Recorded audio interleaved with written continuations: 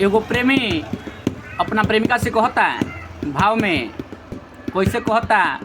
गीत के माध्यम से अपना प्रेमिका से समझावता और कहता कैसे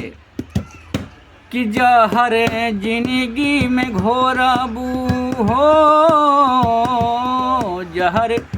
जिंदगी में घोरबू तू तबाह करबू,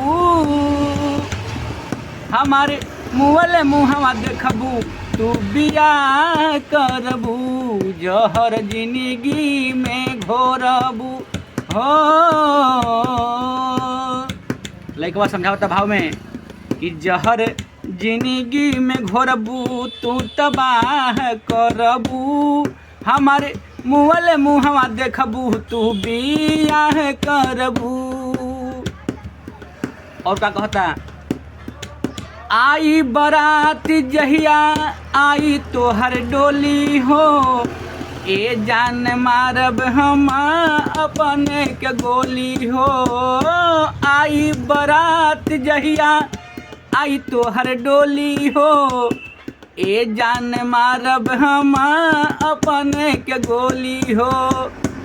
दूर हमारा से जईबू हो, दूर हमारा से जईबू तू तना करबू, हमारे मुँहले मुँहवा देखबू जे भी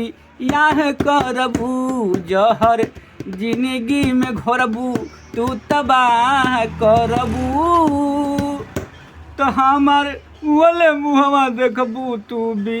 याह करबू, जहर जिंदगी में घोरबू हो। अच्छा लगत होई आज जे प्यार कैले हुई अपना प्रेमिका से ओकरा ही ला गीत बा, अच्छा लगत हुई तो लाइक कमेंट शेयर करब ताकि अगला वीडियो भी सुनाई।